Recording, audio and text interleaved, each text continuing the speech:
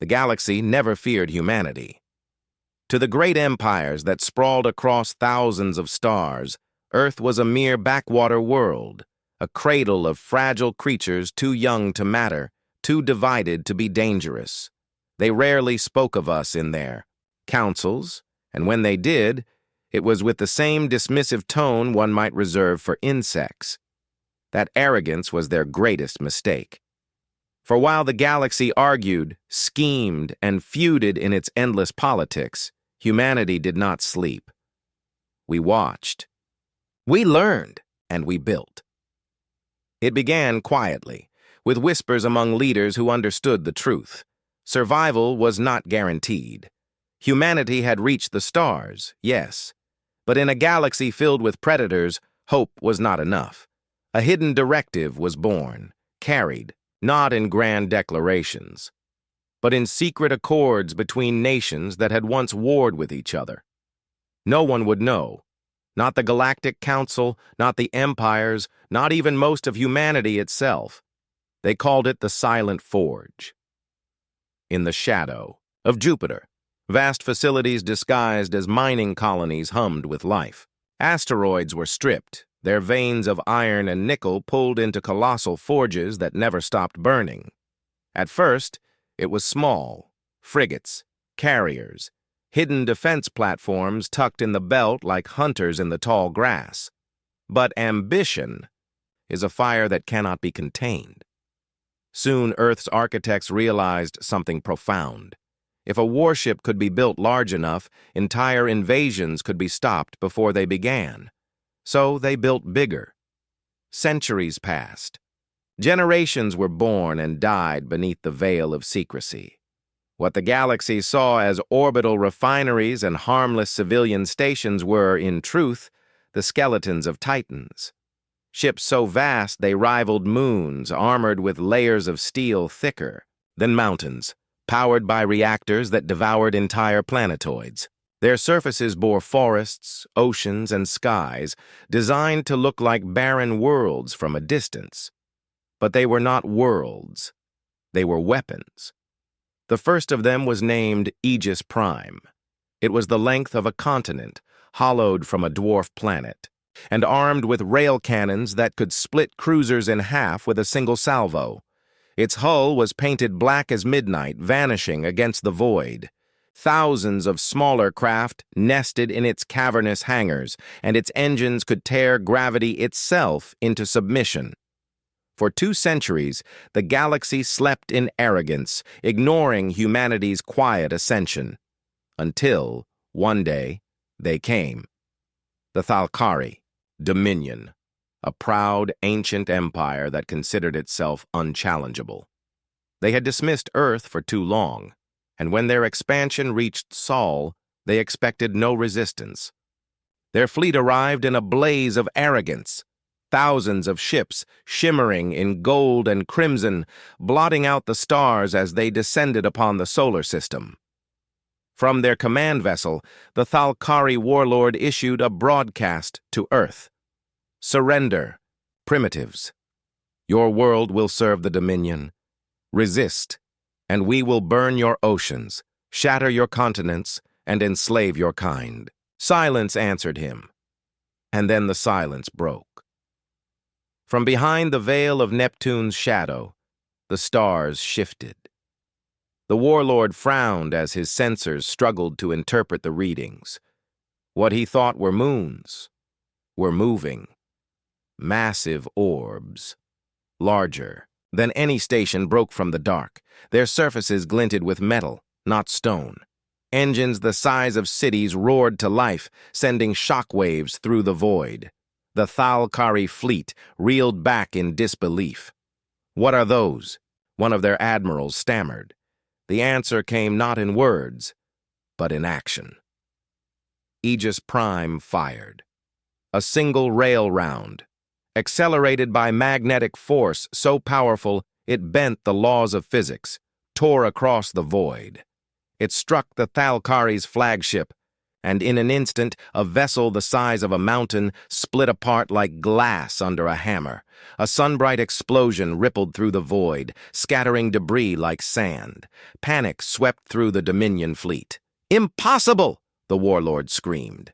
No species this young could, but humanity had. From Jupiter's orbit, Colossus I emerged, its surface bristling with lance batteries. From the Oort cloud, Ironheart revealed itself, dragging chains of asteroids as weapons. One by one, the hidden giants of Earth stepped forward, their true nature unveiled. The Thalkari fired in desperation. Beams of plasma and torrents of missiles filled the void, striking against the planet ship's armored skins. Oceans boiled, mountains cracked, but these were not fragile worlds of stone. Their armor was measured in kilometers, their shields powered by reactors that could light a dozen stars. The barrage faded like rain against steel, and then humanity answered. The warships of Earth moved in unison, their cannons screaming in the darkness. One Dominion cruiser after another was gutted, torn apart, reduced to wreckage drifting in silence. Entire wings of fighters launched from the hidden bays, swarming like hornets unleashed from the hive. The Dominion had arrived expecting prey. Instead, they had awoken predators. The battle lasted hours, though for those who lived it, it felt like centuries. At last, when the final Thalkari ship tried to flee, a shadow loomed over it. The fleeing vessel turned its sensors upward, only to find the hull of Aegis Prime blotting out the stars. The humans did not broadcast threats. They simply opened fire. Silence returned to the solar system. For the first time in millennia, an empire had been crushed, not by a rival, not by a rebellion, but by a species the galaxy had mocked as children. Word spread quickly. Traders carried rumors. Survivors whispered truths. At first, the other empires laughed. They called it lies, propaganda, fantasy.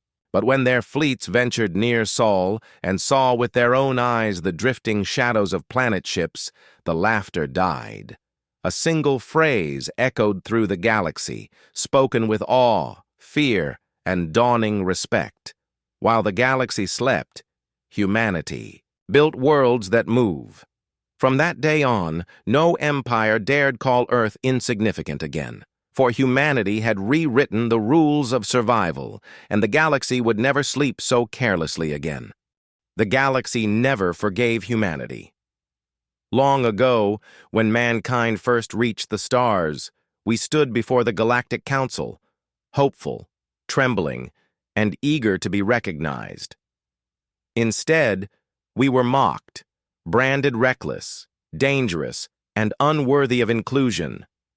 Our ships were crude, our weapons primitive, our tempers unpredictable. The verdict was merciless. Humanity was banned, banished from trade routes, exiled from the council halls, shunned by the advanced races. We became the forgotten outcasts of the stars. To most, it was the end. To humanity, it was freedom. The great empires kept constant watch on one another, their networks of spies and fleets tangled in endless suspicion. But no one wasted their surveillance on Earth. After all, what could the primitives possibly achieve, left to themselves? They did not understand what isolation breeds. They did not understand that chains only teach one thing: how to break them. For centuries, humanity hid its greatest project under the guise of failure. Our colonies were deliberately poor, our fleets outdated, our signals weak. The galaxy thought us stagnant. They never saw the truth beneath the mask. Beneath oceans, under deserts, within hollowed mountains and disguised asteroid belts, humanity built the impossible. It was called the Eclipse Fleet. Not ships, worlds. Each was the size of a moon, their cores forged into reactors hotter than stars. Their surfaces disguised as barren rock and ice, but beneath lay vast armor plating. cannon arrays the length of continents, and engines capable of ripping through hyperspace with the force of collapsing suns. Their shadows dwarfed fleets, their power unmatched by any arsenal the galaxy had ever seen. They were silent, waiting, and then the galaxy's arrogance forced our hand. A war broke out between the Dralvian Confederacy and the Valar Imperium. Whole sectors burned as their armadas clashed, each empire hungry for dominance. Amid the chaos, the Valar turned greedy eyes toward Earth. They came with confidence, hundreds of warships, banners of flame across the void. To them, Earth was unclaimed, unprotected, forgotten, easy prey to fuel their expansion. They sent their ultimatum, dripping with disdain. Primitive world. Your isolation ends today. Kneel to the Imperium, or your species will be erased. The council laughed. The galaxy looked away. Who would bother to save the outcasts? But they did not know what humanity had hidden. The Valar fleet descended. Oceans trembled as their warships pierced the skies, blotting out the sun with their numbers. Cities screamed with alarms, millions waiting for fire to fall, and then the Earth itself split. In the Pacific Ocean, a tectonic scar ripped open, sending waves miles high. From the abyss, metal rose, a shape vast enough to blot out the horizon. Towers unfolded like the spires of a cathedral, engines ignited with the roar of dying stars. The first of the Eclipse fleet emerged, Leviathan, a ship the size of a world, disguised for centuries beneath the ocean floor. Its hull gleamed black as obsidian, armored in living alloys that drank energy like blood. From the deserts of Africa, the ground quaked, splitting to reveal the colossal cannons of Obsidian Dawn, its engines grinding continents apart as it ascended into the sky. From the Arctic ice came Erebus, cold and silent, its hull glittering with frost as it tore free from centuries of slumber. The Valar fleet faltered. Their commanders screamed in disbelief. Their sensors returned impossible readings, entire land masses moving, continents flying into orbit, planets that were not planets at all. And then humanity spoke, not with pleas, not with surrender, with fire. Leviathan's main cannon lit the heavens, a beam so vast it tore through 5 Valar battleships in a single strike. Obsidian Dawn rotated, unleashing rail slugs the size of mountains, ripping cruisers apart like paper. Erebus released swarms of fighters, black-winged machines that filled the void like a storm of locusts. The Valar tried to fight. They unleashed, their dreadnoughts, firing plasma and antimatter warheads. But their weapons splashed harmlessly against armor thicker than mountains. Their shields collapsed under the sheer weight of fire. The tide of battle turned to slaughter. From Earth's orbit, civilians watched through trembling hands as the Eclipse fleet revealed itself in full, 10 ships, each the size of a world, rising from hidden sanctuaries across the solar system.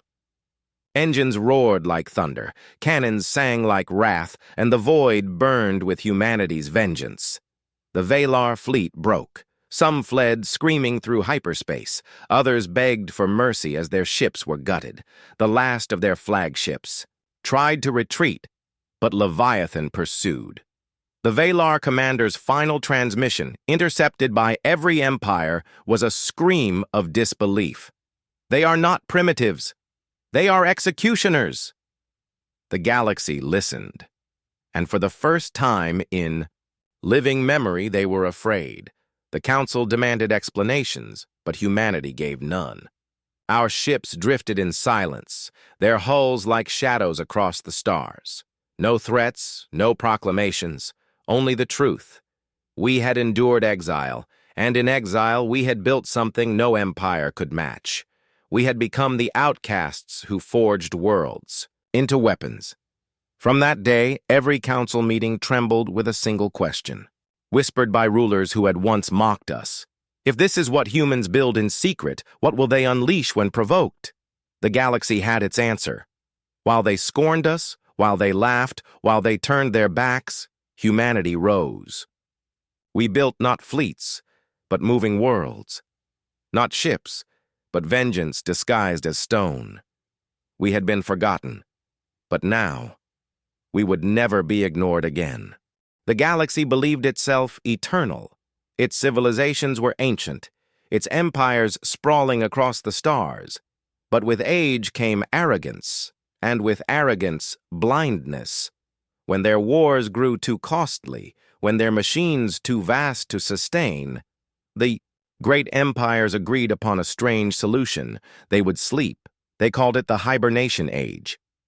For 500 years, fleets were docked, armies dismantled, and entire species placed in stasis. Their leaders believed no young race could possibly rise in so short a span, and no threat could possibly emerge in the silence. But humanity was too young to sleep. We had just reached the stars when the galaxy drifted into slumber. No one invited us to the Accords. No one cared what we did. And so, in the quiet centuries when the galaxy closed its eyes, humanity worked. We did not sleep. We built. At first, we mined the asteroid belts, hollowing stone into forges. Then we stripped barren worlds, tearing mountains apart for steel. And when even that was not enough, we turned whole systems into factories, their suns drained to feed our ambition. We were alone. We were afraid, and fear drives creation. Generation after generation, humanity bent itself to a single purpose: survival. We shaped moons into reactors, black holes into furnaces, and dead planets into shells of something greater. What began? As ships became too vast to name, too enormous to define, they were not vessels, they were midnight worlds. Planets disguised as drifting rocks, but armored with layers of steel and plasma. Their cores were hollow, filled with engines that could rip the fabric of space. Their surfaces bore false landscapes, craters, frozen seas, barren wastes, to deceive the eye. But beneath, every mountain was a cannon, every ocean a hangar bay, every continent a fortress. We built them in silence. We built them while the galaxy dreamed, and when the galaxy awoke, it was already too late. The Threxian hierarchy was the first to rise from hibernation, its fleets rekindled, its admirals eager to reassert dominance. They cast their gaze upon Sol, expecting a weak, unguarded system. Their fleets arrived in gleaming formation, tens of thousands of ships shimmering like a tide of silver. What they found were worlds that should not have been there. Their navigators panicked. Their charts were wrong. Where once had been empty belts of rock and ice now drifted massive bodies, new planets, strange moons orbiting in forbidden places. And then the moons moved. Sensors screamed warnings. The Threxians watched in disbelief as entire planets rotated, engines igniting on their undersides. Artificial gravity surged, power readings spiking beyond comprehension. They were not worlds. They were ours. The first to reveal itself was Umbra. From a surface cloaked in false ice, its crust split, open revealing cannons the size of mountain ranges. In a single salvo, its fire tore through a Threxian cruiser, ripping it apart with a beam bright enough to blind sensors. Then came Nyx, drifting from the asteroid belt, its surface unfolding into hangar bays that spat out swarms of fighters, dark as ravens against the stars. And then came Erelim, a giant sculpted from a gas giant's core, its engines roaring as it shifted orbit like a predator circling prey. The Threxians faltered. Their admirals screamed denials, insisting such constructs were impossible. And yet they were dying under their fire. The battle was not fair. It was not war. It was judgment. Umbra's rail cannons punched through dreadnoughts as though they were glass. Nyx's fighters swarmed carriers, tearing into their hulls. Erelim's graviton projector ripped entire wings of frigates into shreds of molten metal. The Threxian fleet, Once a tide of glory shattered in hours, but the galaxy had awakened. Other empires stirred from their centuries of sleep, their leaders demanding answers. What were these moving worlds? Who had built them? And the whispers spread like wildfire. It was the humans, the same species dismissed as children, forgotten in the margins of galactic history. The same race no one thought worthy of notice. While the galaxy dreamed in arrogance, we had worked in shadow. While they slept, we had built weapons they could not imagine. Fear rippled across the stars. For if humanity could build such things in 5 centuries, what could we achieve in another 5? The council summoned us. For the first time in 1,000 years, Earth was called to speak. Their great hall was filled with empires newly awakened, their rulers towering and radiant, their voices demanding explanations. The human ambassador stood alone before them, unarmed, plain, almost laughably small. The Threxian survivors raged, spitting accusations. "You have broken the balance. You have defied the accords. No young race could build such monstrosities. What dark powers aided you?" The ambassador did not raise his voice. He simply looked at them all and spoke the truth. "No one aided us. No one watched us. You slept. And while you slept, we worked. We built. We endured." The hall fell silent. Even the most arrogant rulers felt the weight of those words, for they all understood. Humanity had done what no one else dared. We had seized the silence of centuries and turned it into steel. From that day forward, the galaxy trembled. They no longer mocked Earth. They no longer dismissed us. In their hearts, a truth had burned itself into permanence. While the galaxy slept, humanity had shaped midnight itself into weapons, and the next time the stars closed their eyes, they feared what we might awaken as.